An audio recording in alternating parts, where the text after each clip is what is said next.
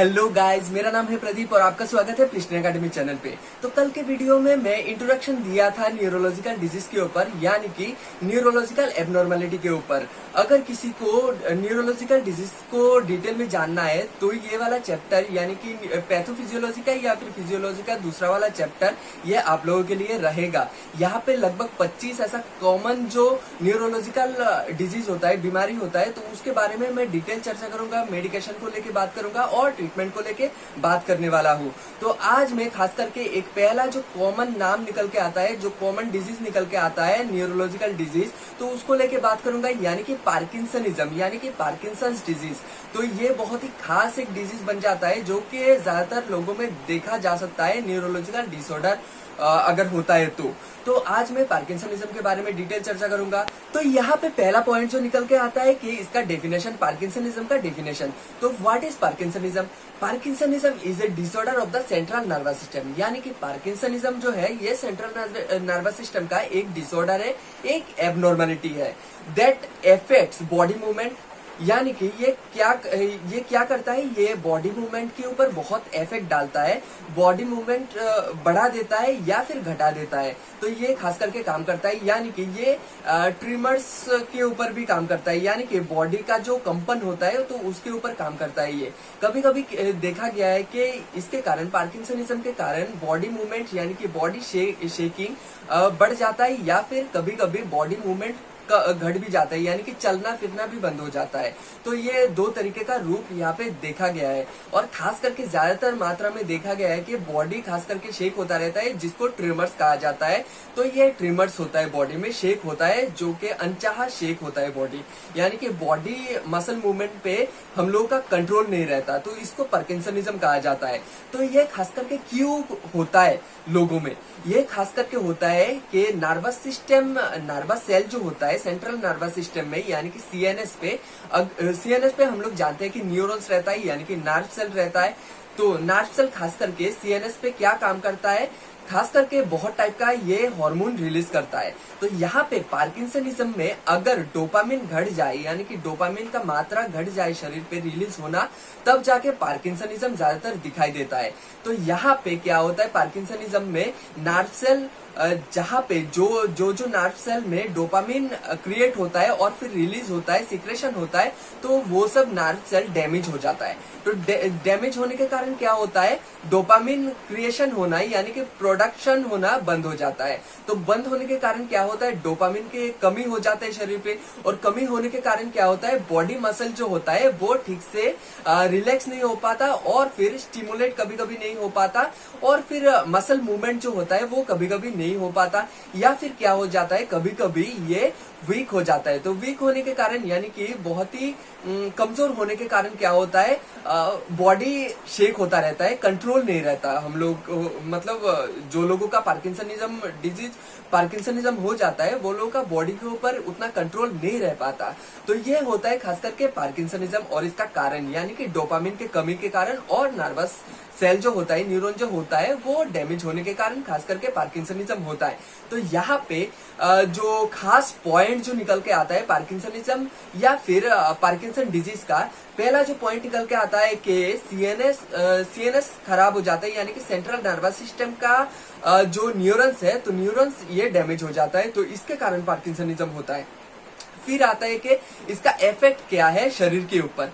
तो इसका मेन जो इफेक्ट आता है कि मसल मूवमेंट ठीक से नहीं हो पाता, कभी कभी ज्यादा होता है और कभी कभी नहीं होता, और खास तौर पे देखा गया है कि मतलब अनचाहा बॉडी शेक होता रहता है, मतलब हर समय बॉडी शेक होता रहता है, जिसको कहा जाता है कि ट्रिमर्स। और यहाँ पे ये किसके कारण होता है, ये लैक ऑफ डोपामिन के कारण होता है, यानी कि डोपामिन की कमी के कारण शरीर पे ये पार्किंसनिज्म देखा जाता है। और इसका ट्रीटमेंट के बारे में अगर देखा जाए कि इसका ट्रीटमेंट होता है या नहीं, इसका ट्रीटमेंट होता है, लेकिन इसका पूरे तरीके से क्योर नहीं होता ये वाला। या फिर हम लोग जानते हैं कि पार्किंसनिज्म ये बहुत ही लंबा एक प्रोसेस बन जाता है। जब स्टार्ट होता है शुरू से लेके इसके एकदम लास्ट वाला जो स्टेप आता है, ये लगभग 10 साल से 20 साल तक इसका स्टेप हो सकता है ना, यानी कि इसका 5 स्टेप होता है, जो कि 10 साल से लेके 20 साल तक इसका हो सकता है, इसका रेंज। तो ये 10 साल से लेके 20 साल तक इसका इफेक्ट दिखाएगा और इसका इफेक्ट जो होता है स्टेप 1 से लेके स्टेप 5 तक धीरे धीरे जाता है।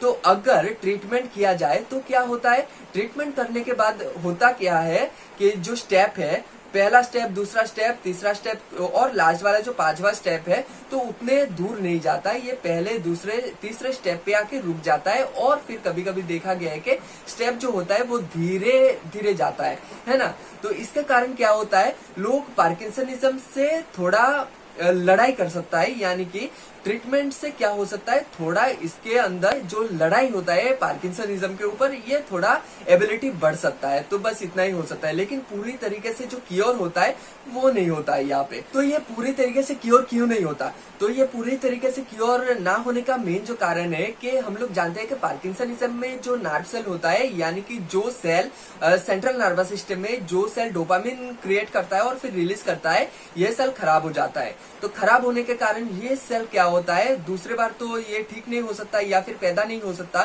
तो इसीलिए ये पूरी तरीके से क्योर नहीं हो सकता। लेकिन ट्रीटमेंट कैसे किया जा सकता है, सच हम लोग मान लेते हैं कि डोपामिन जो होता है बॉडी शेकिंग पे और फिर ट्रोमर्स को कंट्रोल करने में काम करता है। तो हम लोग क्या करते हैं, एक्सटर्नली कुछ दवाई देते हैं, तो दवाई देने के बाद क्या होता है, वो डोपामिन कुछ हद तक तैयार हो जाता है शरीर पे, लेकिन ये पूरी तरीके से क्योर नहीं होता, क्योंकि पूरी तरीके से हम लोगों के दिमाग पे या फिर सेंट्रल नर्वस सिस्टम में सेल पैदा नहीं होता और डोपामिन नेचुरल तरीके से रिलीज नहीं होता, ये दवाई के माध्यम से लेना पड़ता है। तो यहाँ पे जितने देर तक हम लोग दवाई लेंगे उतने देर में ही ये एक रेगुलेशन रहता है और एक टाइमिंग रहता है, उतने टाइमिंग में ये काम करता है। तो ये बहुत टाइप का ऐसा दवाई है जो कि मैं बताऊंगा, धीरे धीरे बता रहा हूँ, तो आप नोट करते रहिए। ये वाला बहुत ही जरूरी चीज बन जाता है स्टूडेंट के लिए और जो लोग जानना चाहते हैं वो लोगों के लिए भी। तो यहाँ पे लास्ट वाला जो पॉइंट निकल के आता है कि इफेक्ट क्या देता है, इसके मतलब बॉडी मूवमेंट के अलावा और इफेक्ट क्या देता है यहाँ पे, और भी बहुत सारे ऐसा मेजर इफेक्ट दिखाता है। जैसे कि मैंने एक पहला जो मेजर बताया कि प्राइमरी जो इफेक्ट है बॉडी मूवमेंट बढ़ा देता है या फिर इरेगुलर कर देता है, और फिर क्या करता है, ये लॉस ऑफ द बैलेंस, चलने का जो बैलेंस है, क्षमता है, वो घटा देता है। फिर क्या करता है, कभी कभी लीकिंग ऑफ द यूरिन, यानी कि यूरिन अपने आप बहता, बहुत सारे लोगों में क्या होता है, यूरिन जो होता है निकलता रहता है अपने आप। तो ये खास करके पार्किंसनिज्म के कारण ही होता है, ये जो यूरिन हमेशा निकलता रहता है। और फिर क्या होता है, लॉस ऑफ द स्मेल, कभी कभी क्या होता है, स्मेल जो हम लोग लेते हैं या फिर महसूस कर पाते हैं, ये बंद हो जाता है, स्मेल पहचानना ये बंद हो जाता है पार्किंसनिज्म के कारण। और फिर क्या हो सकता है, डिफिकल्टी हो सकता है स्पीकिंग में, बोलने का क्षमता जो होता है वो भी घट जाता है पार्किंसनिज्म में।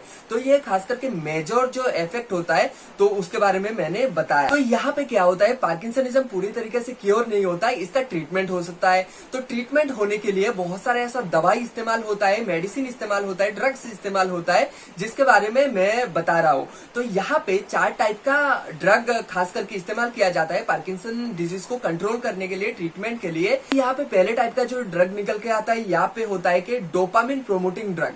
तो यहाँ पे डोपामिन प्रोमोटिंग ड्रग जो होता है वो खास करके काम करता है ये ट्रीटमेंट पे, पार्किंसनिज्म ट्रीटमेंट पे। और फिर दूसरा जो आता है anti depressant drug, anti depressant drug भी यहाँ पे इस्तेमाल किया जाता है। कभी कभी क्या होता है, पार्किंसनिज्म वाले जो लोग होता है उसमें एंजाइटी और डिप्रेशन बहुत ज्यादा देखा गया है, यानी कि एंजाइटी और डिप्रेशन का शिकार हो जाता है ये लोग। तो इसीलिए एंटी डिप्रेसेंट ड्रग भी यहाँ पे इस्तेमाल किया जाता है। और फिर तीसरा वाला जो टाइप है ये कॉग्निशन इनहेंसिंग मेडिसिन, यानी कि कॉग्निशन इनहेंसिंग मेडिसिन जो होता है, ड्रग्स जो होता है, वो खास करके ट्रीटमेंट के लिए इस्तेमाल किया जाता है यहाँ पे। फिर क्या किया जाता है, एंटी ट्यूमर ड्रग भी इस्तेमाल किया जाता है यहाँ पे। तो यहाँ पे 4 क्वालिटी का, 4 टाइप का यहाँ पे ड्रग जो होता है और मेडिसिन जो होता है यहाँ पे पार्किंसनिज्म ट्रीटमेंट के लिए इस्तेमाल किया जाता है। तो यहाँ पे अगर उदाहरण के तौर पर मैं बता दूं कि कौन कौन सा यहाँ पे ड्रग्स मिलता है और मेडिसिन मिलता है। अगर मैं डोपामिन प्रोमोटिंग ड्रग्स के बारे में देखा जाए तो करता क्या है, कंट्रोल और stimulate dopamine receptor in the brain, यानी कि हम लोग के ब्रेन में क्या होता है, डोपामिन रिसेप्टर होता है। तो रिसेप्टर को ये स्टिमुलेट करने में काम करता है या फिर कंट्रोल करने में काम करता है ये डोपामिन प्रोमोटिंग ड्रग जो होता है। तो ये खास करके अगर उदाहरण के तौर पर मैं बता दूं, यहाँ पे एंटीकोलिनर्जिक ड्रग यहाँ पे मिलता है जो कि डोपामिन प्रोमोटिंग ड्रग है, ये एक टाइप का। फिर गाबापेंटिन और प्रिगावेलिन, ये दो टाइप का ड्रग मार्केट में बहुत ज्यादा मिल जाता है। और यहाँ पे बहुत सारा ऐसा ब्रांड है जो कि गाबापेंटिन और प्रिगावेलिन इस्तेमाल करता है और फिर बनाता है ऐसा ड्रग। तो ये खास करके क्या होता है, डोपामिन प्रोमोटिंग ड्रग। तो ये दूसरा टाइप जो होता है कि एंटी डिप्रेसेंट ड्रग। तो एंटी डिप्रेसेंट ड्रग का काम क्या होता है, help to relief from the depression and the anxiety.